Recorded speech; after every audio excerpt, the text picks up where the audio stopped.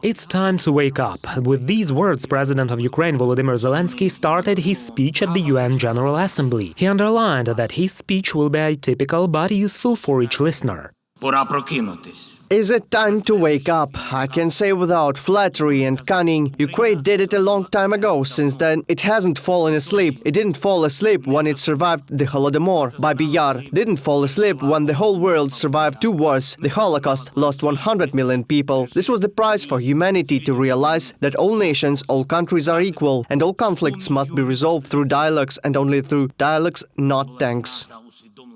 The head of state spoke about Russian aggression in Ukraine, which has been going on for the 8th year in a row. Можливо, Централ Парк або Madison Square. Probably shots are not heard as loudly in the Central Park or Madison Square Garden as in Avdiivka Industrial Zone or Svetlodarsk Arc. We want to revive the UN. Maybe the UN should move for this, be mobile and fast. Maybe it's time for us to meet where we can really hear and see these global problems.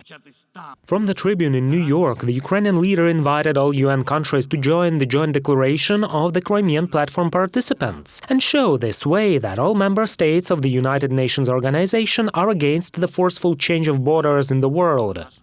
Бо у світі більше ніхто не почуває себе. Because no one in the world feels safe anymore. I emphasize no one feels safe, and no one can hide behind international law, like behind a stone wall. This can lead to the collapse of the entire architecture of international relations. Then we really won't have any rules except for the right of the strong. It will be a world in which instead of collective work, selfishness will dominate, a world in which there will be more and more dictatorship and less equality, less real democracy and freedom.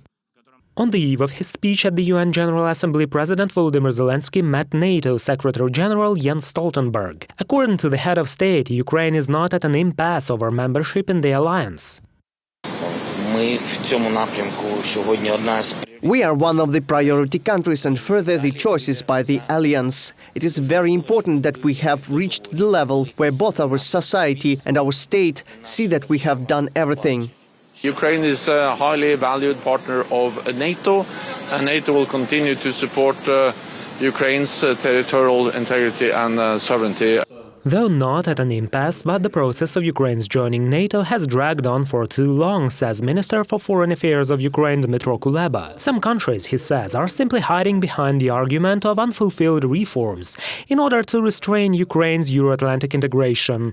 І ми повинні про це говорити. Ми повинні не боятися.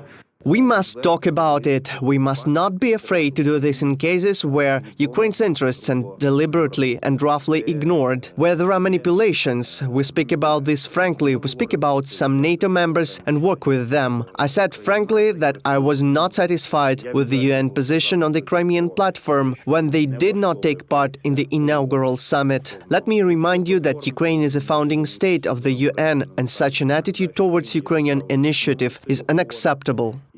The speech of the President of Ukraine in front of UN delegates was emotional and categorical as much as possible. Сьогодні ООН And today the UN is like a retired superhero who has forgotten what he could do. He considers himself a burden, a weak, frail, useless old man whose life was in vain. Let's show that we are determined to make every effort to strengthen our interaction. And let's just do it, even without resolutions, declarations, coordination of positions. Just do it, as people, as nations, as United Nations.